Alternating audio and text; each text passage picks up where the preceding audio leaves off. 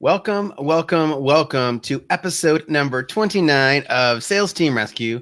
I am your host, Jeremy DeMerchant, and today we have another special guest with us. Now, as a conversion copywriter, Jenn Robbins supports established women business owners with high converting sales funnels, eye-popping website copy, and solid strategy and coaching, getting them qualified leads, subscribers, and sales that get them one step closer to epic wealth and the lives that they deserve. Now, she also lives with her family in a zero stoplight town in Oklahoma, but that doesn't stop her from working with clients all over the globe. Guys, join me in welcoming Jenn to Sales Team Rescue. Welcome, Jenn. Hey, thanks for having me. So, Jenn, we used to work together, and I loved your passion for helping people get their message right. And I know for a while you worked with a few different audiences, but right now, as your intro mentioned, you're focusing on working with women.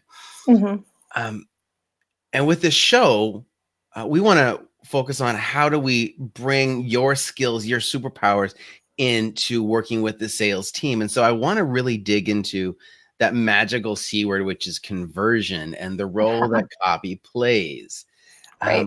So I'm sure lots of our audience has tried to create a website or send an email and write their own copy.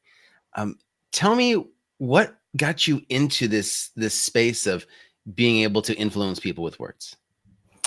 That's a great question. The long story, or a short version of the long story, is that I've always loved writing, but I also have a business degree in accounting from the University of Oklahoma. And so this was kind of a great way to merge those two of my love of writing and actually business and helping people get more sales from their copy. So it's kind of a merge of both worlds. I love it. So you've seen, I'm sure, many different, I guess what people in the online marketing space will call split tests when it comes to the good, the bad, and the ugly of copy. What's the most extreme difference you've seen, whether it's your own example or someone else's, where someone who went and took a shot at their own copywriting and then versus someone who came in as a professional copywriter? Give me an idea of how big of a difference that can make for somebody. I mean, it depends on the person, but it can be huge, especially if we're talking about smaller businesses. If it's an entrepreneur, a solopreneur writing their own copy, or they're the leader of a small team, it's hard for you to step out and see what other people are seeing. Most people I found when I work with them, they're just too focused. They know what they know, and they have no idea what everybody else is seeing and the questions that they're going to ask. So they come in and they're writing it from their perspective, which you never want to do. Whether you're writing an email, a website copy, you're writing from the reader's perspective.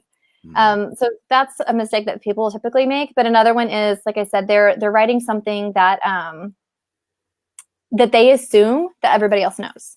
So if they're talking about, the first thing that comes to mind is a business coach, let's say, or maybe a sales performance coach, something like that. Yeah. And they assume that people know what the crap that is. And sometimes they literally don't. Right. You have to make it very, very clear who you are, what you do, and why people should care. That's on your website. That's in your email. Don't give us a long drawn out story. Tell us why we should care. And that's, I mean, in a sales email, it's the exact same thing. If you're asking for a meeting, what's in it for me? At the end of the day, we're kind of selfish people. We want to know, if we're giving our time, our money, what's in it for us? And make that very clear from the beginning. Gotcha. Yeah, I've seen a lot of sales emails go out trying to get appointments with people or trying to follow up, and there's no what's in it for me for the prospect, right? It's hey, I've got 10 minutes on Friday. Can you jump on a call? They don't know why they would ever respond to that, right? Right. Or you do it from your perspective, say, hey, I'm really trying to hit my goal before the end of the month. Can you help me out? Right. They don't care about your goal. Reframe it. Say, hey, I would love to help you meet your goal by the end of the month. Right. Let's get on a call. Even just flipping at that can make a huge difference. I have had that happen too. Hey, we've got special deals because we're trying to get our goals by the end of the month. That's great. Better throw some dollars at me if you're going to make me push my decision time. Exactly. Yeah. Awesome. So now we both play in the online marketing space a bit, and you see some very interesting things, I'm sure. And I see all the promotional videos and the fancy website copy. And I'm personally great at reading through and determining whether or not it's good, but I'm not great at writing my own. Right. In fact, I'm not great at writing at all for copywriting, but I understand the feeling and the emotion behind it. But now there's this big push in the marketplace where it's got to be bigger and better, and the shinier cars and the bigger houses in the background, and that's translating into copy as well. We were just talking before we went live. There's this trend that you're seeing that's driving you nuts. Tell us all what that is. Yeah. So a lot of people in my circle are calling it like the bro marketing effect. So it's the people who you think that they have like the Lamborghini and they have these like fistfuls of cash, but they've probably rented that Lamborghini. They've taken out a payday loan for that cash and they're going to take it all back tomorrow. But they're doing that so you think they're successful. And so that's kind of like ramped everything up to the next level. So everybody thinks that then they need to rent that private jet to get on their next ad. Right. But that goes into copy as well. So I'm working on a website for a law firm. Okay. It's a very kind of simple job, but they want like the best, like the best isn't good enough. Like literally the word best is not good enough. We need a better word for best. And it can't be the greatest. It can't be like the ultimate. It has to be, it's taking everything to like the nth level. So whereas you used to say like, things are great. And then now they have to be awesome. And then they have to be amazing. And then they have to be outstanding. And we're building on it so much that like we're running out of words in the English language. We're gonna have to start coming up with more words, reaching into Urban Dictionary and pulling things from there, as opposed to, I don't know, just saying what it is. There's a certain authenticity that's lacking right now in marketing. And even that word has been overused. Right. Yeah, totally. So it's getting very difficult because everybody wants to sell the same thing using different words that all mean the same thing. My sales strategies are epic. Yes. Epic wealth. I mean, everything is cranked up to the next level. Yeah. Wow. So in this busy space, and so there's a good chance that along that same lines, if somebody's doing email follow-up or email outreach to prospects, that those prospects are being bombarded by the new flashiest buzzword as well. So how would you recommend, let's say a sales rep, approach email copy when they're writing something to someone that they've had some kind of, like, they know they exist? It's not ice cold, but it's a letter that they want to have somebody respond to or agree to an appointment or something. What tips can you give them to get the best result from that kind of email? Yeah, I mean, write how you speak is a great place to start from. You can take things up to the next level just a little bit. Like, I don't mean like best isn't okay, but like start by writing like how you speak. And if you feel like you need to take it up a little bit more, then you can go from there. But how you talk is important. I mean, obviously there's going to be a tone there. So like how you're talking to your best friend is not going to how you're be talking to this person. But how you would just speak in a normal conversation. If you're going to run into them at a networking meeting in person, like how would you ask them for that meeting? Translate that into writing. So it may be a little more professional, a little more polished, but just honestly be yourself, because people are going to see your flashy words and your obnoxious fake urgency. They're going to see clearly through that. I mean, we're rolling into 2020. People are very aware of marketing tactics at this point. Absolutely. Yeah, 2020. I call it the year for perfect vision, right? Everybody can see through everything. Yes, optometrists should be taking advantage of it. Right? I know. I have not seen any promotional ads from optometrists yet. I know. They're coming, I'm sure. Yeah. The coaches got it figured out, though. Lots of coaches talking about 2020 vision for the new year. That's hilarious. See, missed opportunity. So when we talk to someone or about someone who is maybe they're running their business and they've got a couple sales reps, let's say, and they're going into 2020. What's the number one thing that you think they can use from a copy perspective to increase their conversions? Let's assume they have got a sales funnel or some way they're collecting leads. What's the number one thing that they can do to potentially increase these leads? So follow the rule of one, which seems simple, but you're writing to like one audience, one reader. That might be one particular person if you're sending like a single email, or if maybe you have a list of people you're sending it to. Think about them as like an audience of one, and then you have one goal in that email. Don't give them 3 options to do something. If you send one email, there's only one goal at the end of that email, and that's to do X. That could be book a call. That could be look at this link I sent you, but don't like send them a link, book a call, and 2 other things. You want to keep it very streamlined. 1 call to action, 1 audience. Gotcha. I like that a lot. Super powerful. Now, with things like sales funnels and, website copy, when a business is looking at how to take the next step for the growth, should they first be looking at like, hey, maybe my whole website needs a revision? Or should they focus on maybe one particular area that is like a sales funnel to enhance that? Or what's the fastest path for a business owner to make a shift? I mean, I think it depends on what their goal is and what industry they're in. I mean, having a website that actually is decent is great. You definitely want your website to reflect your business. So that's a good place to start, because your website is usually part of your funnel. You can avoid it if you want. Like, we can have a landing page and send them emails, and so you can keep them from looking at your website if you really are ashamed of it. It's definitely something you'd want to put some emphasis on, but you can. I mean, I'm a big believer that email is kind of one of the most important things a business can do, especially in the online world. But in general, email is much more personal.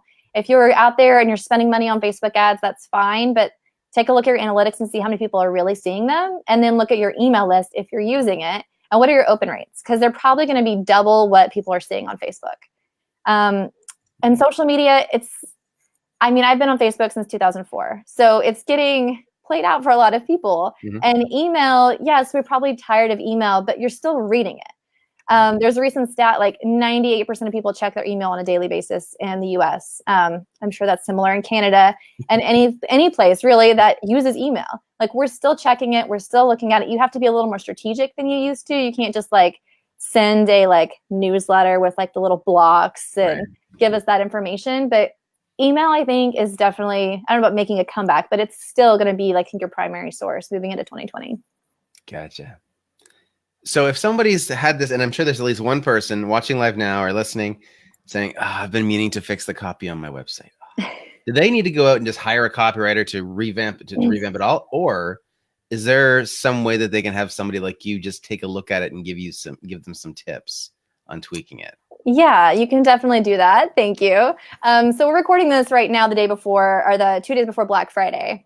And so I'm running a Black Friday special, which is Copywriting SOS. So that's if you have a website that you don't love, or it could be a sales page or even a landing page plus a couple of emails if you want to go that way.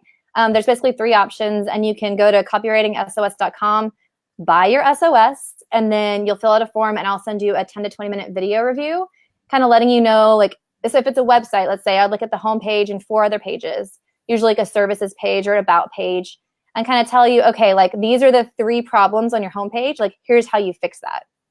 And that's usually telling you, write it from your audience's perspective. Tell us what you do immediately, like cleaning up stuff. So that's the same way for websites, sales pages. A lot of it's focusing on headlines, calls to action, the big things that are going to affect your conversions. Because my goal is to give you this video, and then I give you 7 days of support. So as you go in and make changes, you can ask me questions. And my goal is at the end of that you're seeing a bump in your revenue or your calls. I did a website copy review for somebody back in September, and she immediately saw 5 new people call her within a week, and she had not got a single call from her website in months.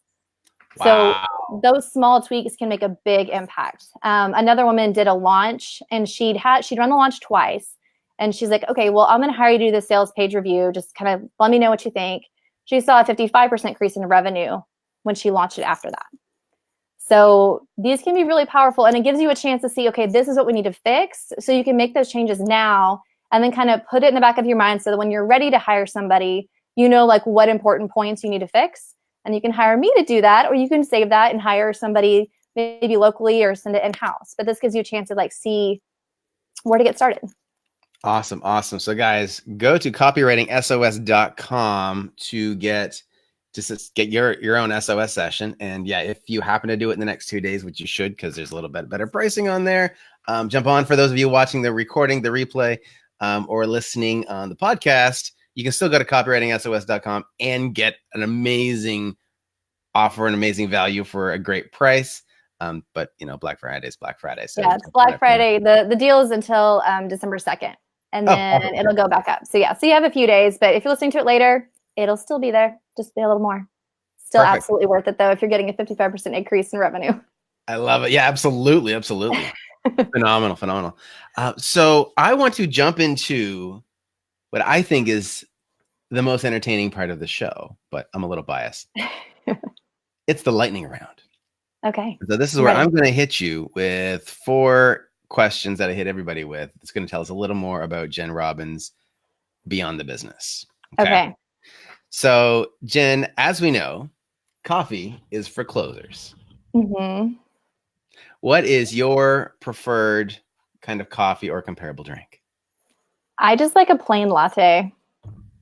Plain latte. Keep it simple. I mean, I'll do like a creme brulee latte from Starbucks or like a lavender latte occasionally, but I like a latte. I don't love like regular espresso. I don't need all the foam. A latte is perfect.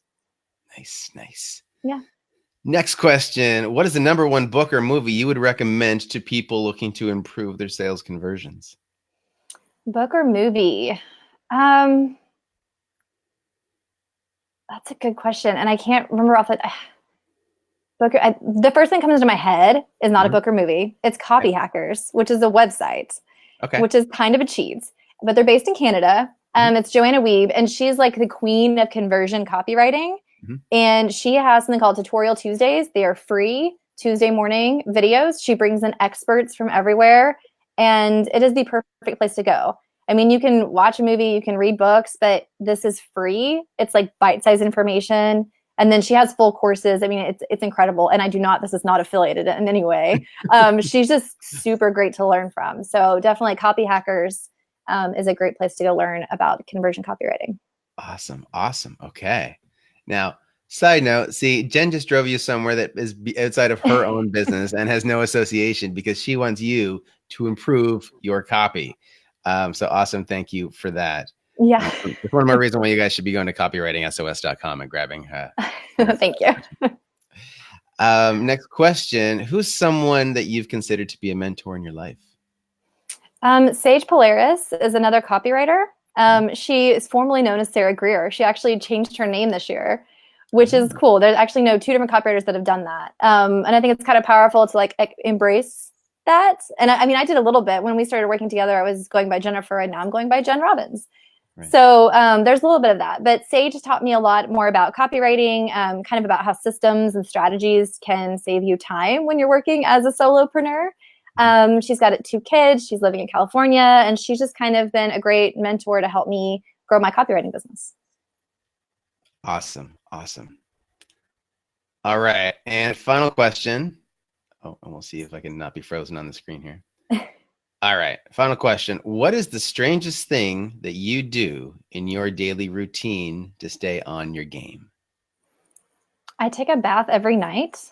I don't know if that is strange, but like that's like my nightly routine of like I have to do that to go to sleep at night. Like a hot bath. Doesn't have to be bubble bath, but yeah, hot bath. Sometimes wine, sometimes chocolate, but definitely a bath every night. Bath every night, sometimes wine, sometimes chocolate. I love it. Awesome. Now you have got something for free that our audience can take advantage of. Tell us about that. Yeah, it's called, which funnel is right for your business. And so you can go to jennrobbins.com/which funnel. It's a quiz that'll take you through the 3 funnel framework that I've created for my business and tell you which one is right for yours. It's based on Alice in Wonderland. So you either get the white rabbit, the Cheshire cat, or the white queen. Oh, very cool, guys. Yeah. So go check it out. Find out which funnel's right for you. Awesome. Jenn, if you have to leave our audience with one key thing that they can implement to make a shift, and you shared a bunch, right? The rule of 1, love that. What do you think the number 1 thing somebody should keep in mind outside of what you've shared already to just make their copy more impactful? I mean, I've said it, but I'm going to say it again. Focus on who you're writing to. Yeah. I mean, that's the biggest thing at the end of the day. Like the rule of 1's great. There's all that stuff, but like, who are you talking to? Get out of your own head and what you think, and just focus on who you're talking to. Be a human being and talk to a human being. Yeah, it's interesting. I think of it as like when somebody starts speaking for the first time. You get on stage and your focus is totally on yourself. You're like, do they think I'm this, or am I doing this, or where are my hands going, or whatever, right? And I know I've done Toastmasters forever, it seems like. So it was a while ago, but I still remember those days when it was all about me. And that shift that changes when you're a speaker from being about you and being worried to coming across as professional confident is shifting your focus on the audience. You take yourself out of the picture and make it all about how do I deliver the most value. So that's a fantastic concept to apply to the copywriting as well. Forget yourself and make it all about that person that's going to read it. Exactly. Awesome. Well, Jen, thank you so much for being here in Sales Team Rescue. Greatly appreciate it. We should have you on again. I'm sure we can make that happen. Perfect. And guys, one more time, I'll put this up here. Go to copywritingsos.com to secure an SOS session with Jen. And if you can do it before Black Friday, well, I guess before Cyber Monday's over. Yeah, and it's Cyber Monday. Then you get a little extra added pricing for that. But anytime, anywhere, go to this page, get an awesome deal with high value as well. And guys, thank you once again for tuning in, whether you're tuning in live or listening on the podcast or watching the replay for Sales Team Rescue. Go to salesteamrescue.com to catch the replay of this and previous episodes and to be notified of upcoming episodes. And on that very page, you can book your own sales team blueprinting session with yours truly. So guys, we will see you next Wednesday, 2 p.m. Eastern. Be young, have fun, and keep selling. Cheers. Thanks.